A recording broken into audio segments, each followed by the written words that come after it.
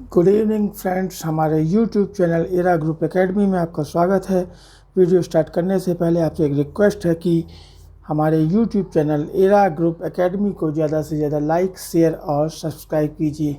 आइए video start करते हैं। आज का टॉपिक है नीट 2021 मॉडल टेस्ट पेपर 5 और इसके अंदर टॉपिक है biomolecules. There is a wide diversity in living organism in our biosphere. हमारे बायोस्फीयर जैवमंडल में लिविंग ऑर्गेनिज्म की बहुत सी अधिक डाइवर्सिटी है, विभिन्नताएं हैं। Now a question that arises in our mind is, are all living organisms made of the same chemicals? इसके पश्चात हमारे दिमाग में एक क्वेश्चन आता है कि क्या सभी लिविंग ऑर्गेनिज्म समान प्रकार के केमिकल रसायनों से मिलकर बने होते हैं, जैसे कि that is elements and compounds. तत्व और यौगिक उनमें समान प्रकार के होते हैं। You have learned in chemistry how elemental analysis is performed. आपने केमिस्ट्री में पढ़ा होगा कि कैसे एलिमेंटल एनालिसिस परफॉर्म किया जाता है। If you perform such an analysis on A plant tissue, animal tissue और ए माइक्रोबियल पेस्ट, जब हम इस प्रकार का कोई एनालिसिस प्लांट टिश्यू पे, पादप टिश्यू पे, ऊतक पे, जंतु ऊतक पे या माइक्रोबियल सूक्ष्म माइक्रो ऑर्गेनिज्म पेस्ट पे करते हैं, we obtain a list of elements. तो हमें एक लिस्ट प्राप्त होती है, बहुत सूची प्राप्त होती है एलिमेंट्स की, like carbon, hydrogen, oxygen and several other and their respective content per unit mass of A living tissue. तो हमें एक लिस्ट, बहुत सारी ये सूची प्राप्त होती है कार्बन, हाइड्रोजन, ऑक्सीजन और कई अदर कंटेंट की, जो कि लिविंग ऑर्गेनिज्म की बॉडी में पर यूनिट मास में, बॉडी की टिश्यू में पर यूनिट मास में प्रेजेंट होते हैं। If the same analysis is perform on a piece of earth crust, जब इसी प्रकार के, ये तो हमने जो एनालिसिस परफॉर्म किया वो लिविंग ऑर्गेनिज्म पे किया, चाहे वो प्लांट हो, चाहे एनिमल हो या माइक्रोबियल ऑर्गेनिज्म हो। If the same analysis is performed on a piece of earth crust as an example of non-living matter, यदि सेम एनालिसिस को हम परफॉर्म करते हैं अर्थ क्रस्ट पर, पृथ्वी की परत पर, पृथ्वी की जो नॉन लिविंग मैटर कहते हैं, as a non living matter के रूप में हम अर्थ क्रस्ट पर करते हैं, पृथ्वी के एक टुकड़े पे उसका सेक्शन काट के जब उस पर हम एनालिसिस करते हैं, we obtain a similar list.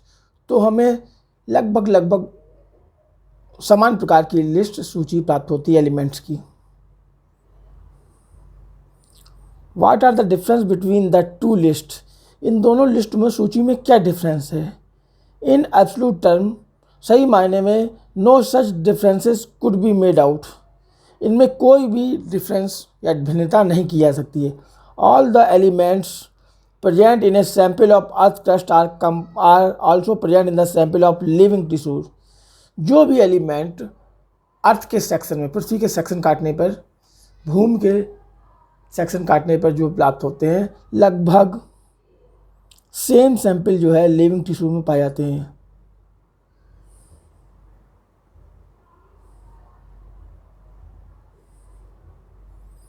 लेकिन however, a closer examination reveals that the relative abundance of carbon and hydrogen with respect to other elements is higher in any living organism than in earth crust। लेकिन अगर हम इसका closure examination करते हैं तो carbon और hydrogen का जो रेशियो होता है वो लिविंग ऑर्गेनिज्म में अर्थ क्रस्ट की अपेक्षा अधिक होता है। How to analyse chemical composition? Chemical composition, how we can analyze the chemical composition? We can continue Asking in the same way, what type of organic compounds are found in living organism? Living organism में कौन कौन से organic compounds पाए जाते हैं? How does one go about finding the answer? To get an answer one has to perform a chemical analysis. इसके लिए हमें एक केमिकल एनालिसिस करना होगा। We can take any living tissue. हम एक लिविंग टिश्यू लेते हैं, चाहे वो ए पीस ऑफ वेजिटेबल्स और ए पीस ऑफ लीवर, या तो लीवर का पीस लेते हैं यकृत का, या एक किसी सब्जी का पीस लेते हैं, टुकड़ा लेते हैं। And grind it in trichloroacetic acid, और इसको पीस लेते हैं ट्राइक्लोरोएस्टिक एसिड में, using a mortar and a paste, और इसका एक पेस्ट बना लेते हैं। We obtain a thick slurry, तो हमें एक थिक माने मोटा सा पेस्ट प्राप्त हो जाता है। If we were to strain this through a cheese cloth और cotton, we would obtain 2 fractions, और इसको हम एक कॉटन के कपड़े के थ्रू जो है स्टेन करते हैं तो हमें 2 फ्रैक्शन मिलते हैं। One is called the filter, और मोर टेक्निकली पहले को कहते हैं फिल्ट्रेट, या मोर technically the acid soluble pool, and the second the retentate or the acid insoluble fraction। पहला होता है एसिड soluble फ्रैक्शन, दूसरा होता है acid insoluble fraction.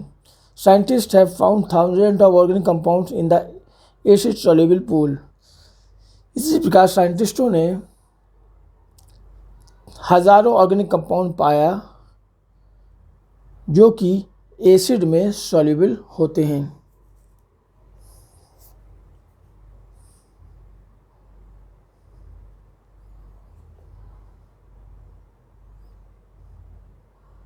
Now you will learn about how to analyse a living tissue sample and identify a particular organic compounds. अब हम ये study करेंगे कि एक लिविंग टिश्यू का कैसे एनालाइज करें और कि उसमें किसी एक पर्टिकुलर ऑर्गेनिक कंपाउंड को कैसे आइडेंटिफाई करें। It will suffice to say that one extract the compound then subject the extract to various separation techniques till one has separated a compound from all other compounds। इस क्रिया को perform करने के लिए बहुत सी टेक्निक्स हैं। In other word, दूसरे शब्दों में, one isolate and purifies A compound. इस प्रक्रिया को हम आइसोलेशन या प्यूरिफिकेशन ऑफ कंपाउंड्स कहते हैं।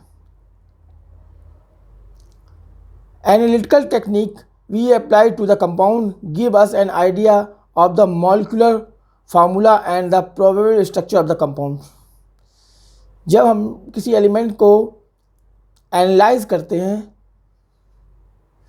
तो हमारे दिमाग में उसका एक मॉलिक्यूलर फार्मूला आता है, एलिमेंट का, एक कंपाउंड का मॉलिक्यूलर फार्मूला आता है और उसका स्ट्रक्चर आता है। All the carbon compound that we get from living tissue can be called biomolecules. वे सभी कार्बन कंपाउंड जो कि हमें लिविंग टिश्यू से प्राप्त होते हैं उन्हें हम बायोमोलिक्यूल कहते हैं। However, living organisms have also got inorganic element and compound in them। जबकि लिविंग ऑर्गेनिज्म में इनऑर्गेनिक एलिमेंट और कंपाउंड भी पाए जाते हैं। इसको how do we know this, इसको हम कैसे जानेंगे? A slightly difference about but destructive experiment has to be done. इसके लिए हमें एक डिस्ट्रक्टिव एक्सपेरिमेंट करना होगा।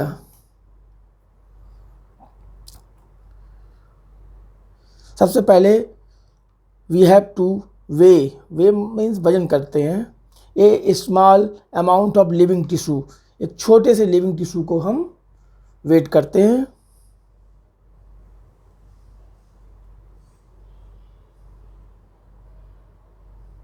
एंड ड्राई इट, और इसको हम सुखाते हैं। ऑल द वाटर इवेपोरेट, जिससे कि इस लिविंग टिश्यू का सारा पानी निकल जाता है। The remaining material gives dry weight, और जो शेष बचता है वो सूखा मटेरियल होता है। Now if the tissue is fully burned, अब जब टिश्यू फुली तरीके से बर्न हो जाता है, जल जाता है, all the carbon compound are oxidise to gaseous form, तो जितने भी उसमें कार्बन कंपाउंड होते हैं वो गैसियस फॉर्म में परिवर्तित हो जाते हैं। जैसे carbon compound CO2, water vapour, वो रिमूव हो जाते हैं उससे। जो what is remaining is called S, और जो बचता है उसको हम एस कहते हैं, राख। This S contain inorganic elements, और इस राख में इनऑर्गेनिक एलिमेंट होते हैं, जैसे कि calcium, magnesium etcetera. Inorganic compound होते हैं जैसे कि sulphate, phosphate etcetera, and are also seen in the acid soluble fraction. Therefore, elemental analysis give element composition of living tissue in the form of hydrogen, oxygen, chlorine, carbon etc. इस तरीके से elemental analysis से हमें element का composition living organism में पता पड़ता है, किसके रूप में? हाइड्रोजन के, ऑक्सीजन के, क्लोरीन के, कार्बन के रूप में। While analysis for compounds gives an idea of the kind of organic and inorganic constituent, जबकि कंपाउंड्स के एनालिसिस से हमारे मन में विचार आता है kind of organic and inorganic constituent, उसके ऑर्गेनिक और इनऑर्गेनिक कंस्टिट्यूएंट के बारे में हमारे मन में विचार आता है, जो कि which are present in the living tissue, जो कि लिविंग टिश्यू में प्रेजेंट होते हैं।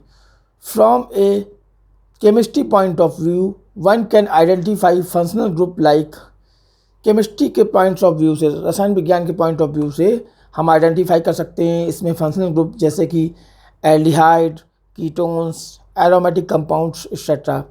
But from a biological point of view, लेकिन बायोलॉजिकल पॉइंट ऑफ व्यू से we shall classify them into amino acids, nucleotide bases, fatty acid etcetera.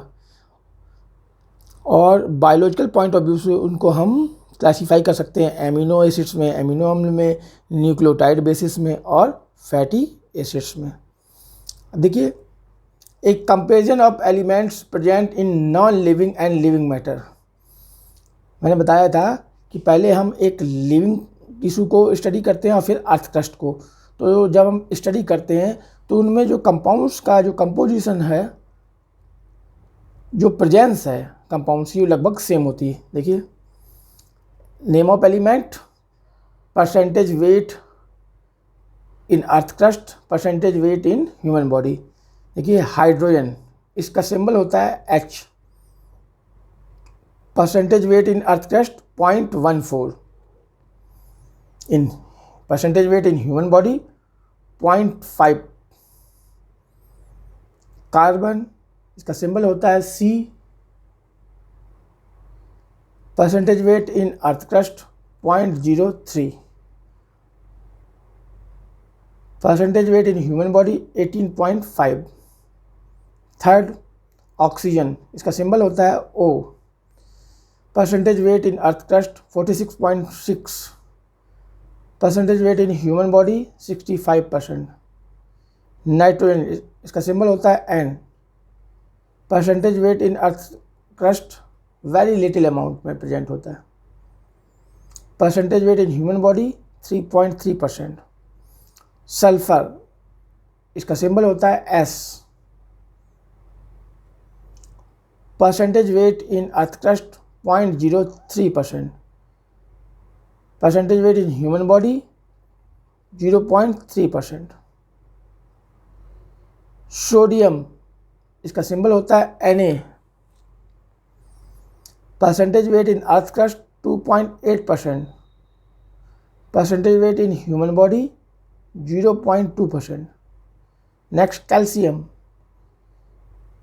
इसका symbol होता है Ca,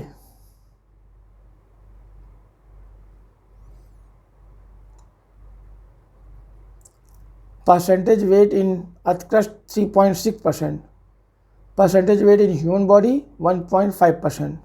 नेक्स्ट मैग्नीशियम, इसका सिंबल होता है Mg, percentage weight in earth crust 2.1% and percentage weight in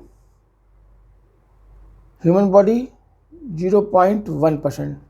next है silicon, इसका symbol होता है Si, percentage weight in earth crust 27.7 and percentage weight in human body negligible, नगण्य होता है।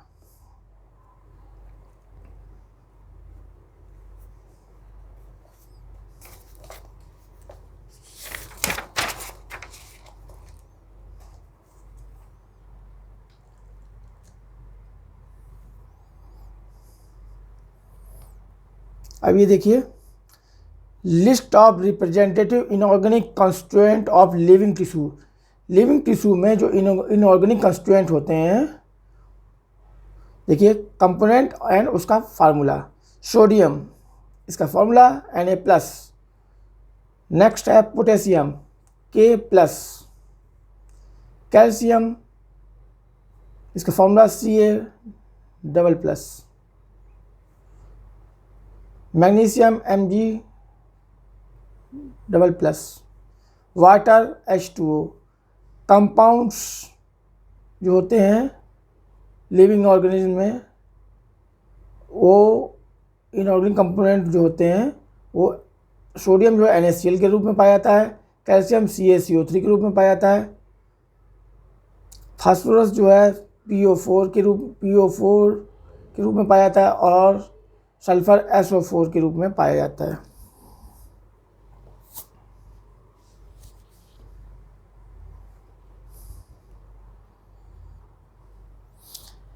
Amino acids are organic compounds. Amino acids जो होते हैं वो ऑर्गेनिक कंपाउंड्स में गिने जाते हैं। They contain an amino group and an acidic group. उनमें एक एमिनो ग्रुप होता है और एक एसिडी ग्रुप होता है। This acidic group is present as substituent on the same carbon. ये एसिडी ग्रुप जो होता है उसी कार्बन पे सब्स्टिट्यूएंट के रूप में होता है, जैसे कि alpha carbon,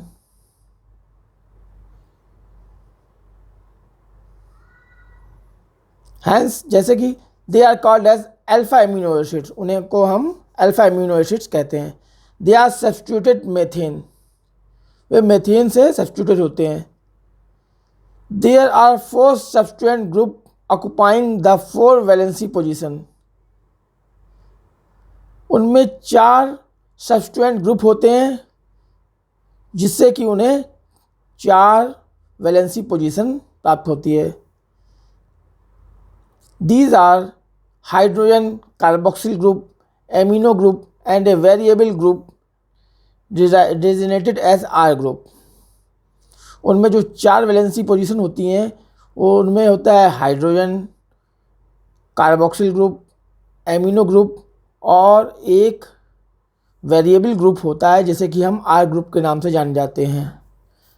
based on the nature of R group there are many amino acids. R group के देखिए आर ग्रुप के नेचर के बेस पे एमिनो एसिड्स बहुत प्रकार के होते हैं। However those which occur in proteins are only of 20 types, जबकि जो प्रोटीन्स में पाए जाते हैं वे केवल 20 टाइप के होते हैं, 20 प्रकार के होते हैं। The R group in these proteinaceous amino acids could be a hydrogen,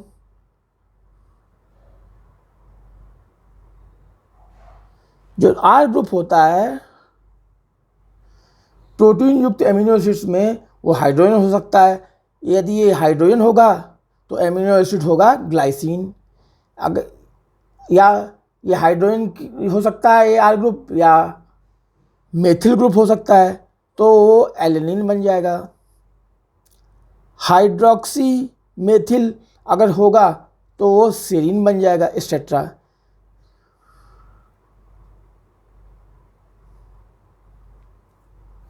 the chemical and physical properties of amino acids are essentially of the amino carboxylic and unfunctional group. जो केमिकल और physical properties होती हैं amino acids की, वो अवश्य रूप से amino carboxylic और आर फंक्शनल ग्रुप की होती हैं। Based on the number of amino and carboxylic group there are acidic, basic and neutral amino acids.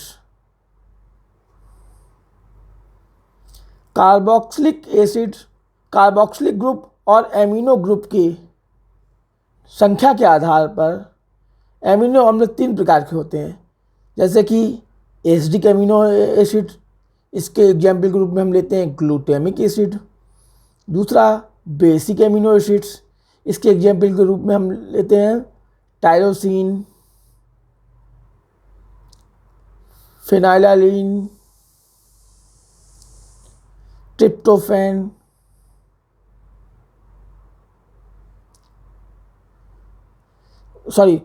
जैसे एसिडिक एमिनो अम्ल के रूप में हम लेते हैं ग्लूटामिक एसिड।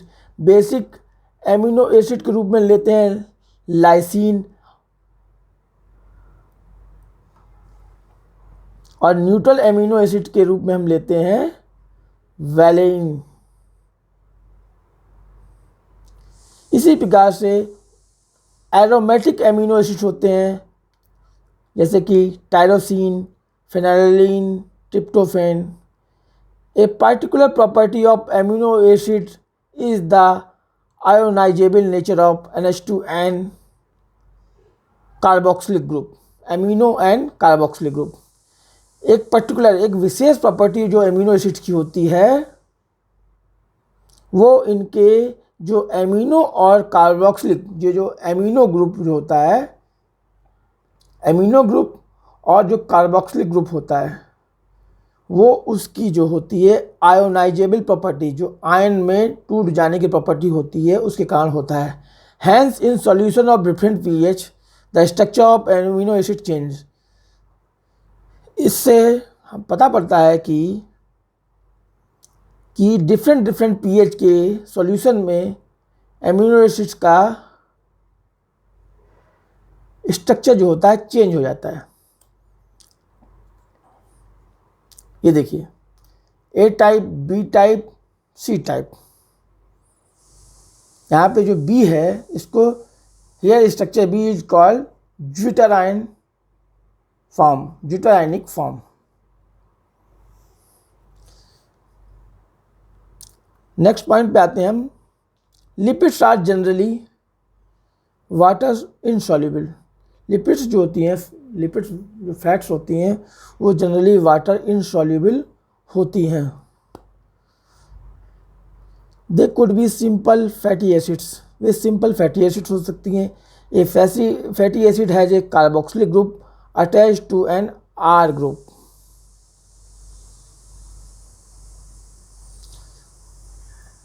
उनमें जो फैटी एसिड्स में एक कार्बोक्सिलिक ग्रुप होता है, जो कि एक आर ग्रुप से अटैच्ड होता है।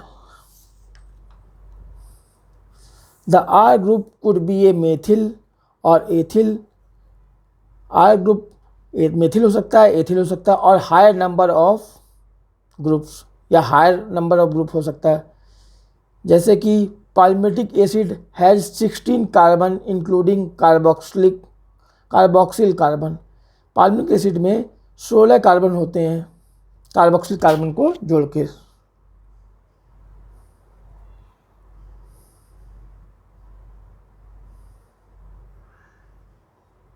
Living organism have a number of carbon compounds.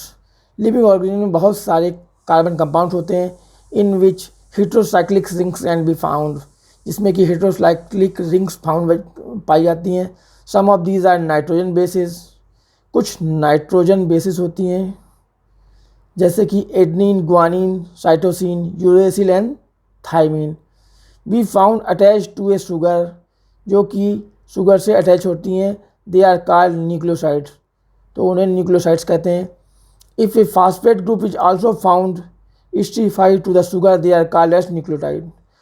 जबकि एक फास्फेट ग्रुप स्टीरिफाइड शुगर से अटैच हो जाता है तो वो न्यूक्लियोटाइड बन जाता है। Adenosine, guanosine, thymidine, uridine and cytidine are nucleosides. अब देखिए स्ट्रक्चर देखते हैं इसका।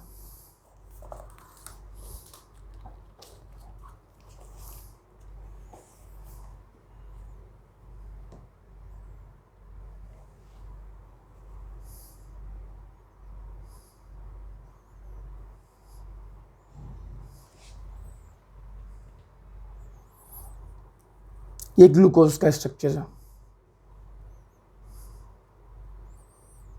और ये ribose sugar C6H12O6।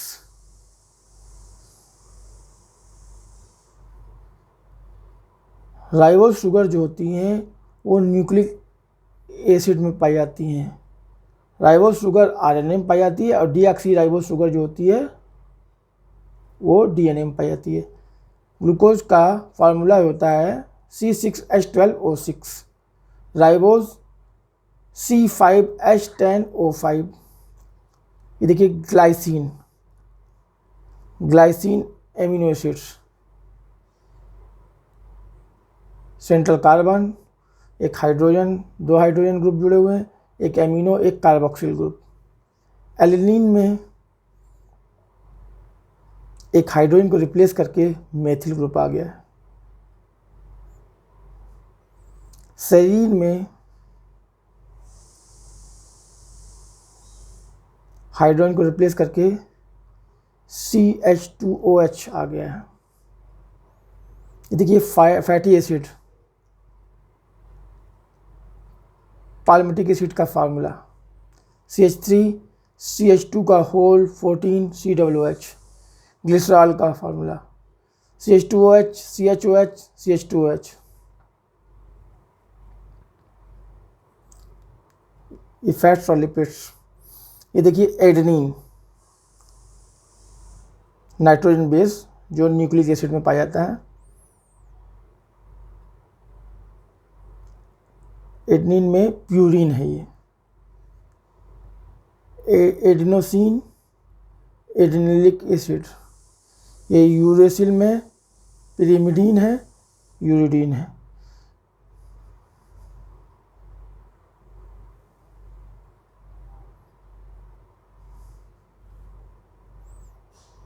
This is the diagrammatic representation of small molecular weight organic compounds in living tissues। जानकारी समाप्त हुई। आपसे पुनः अनुरोध है कि कृपया हमारे YouTube चैनल इरा ग्रुप एकेडमी को ज़्यादा से ज़्यादा लाइक, शेयर और सब्सक्राइब कीजिए। धन्यवाद।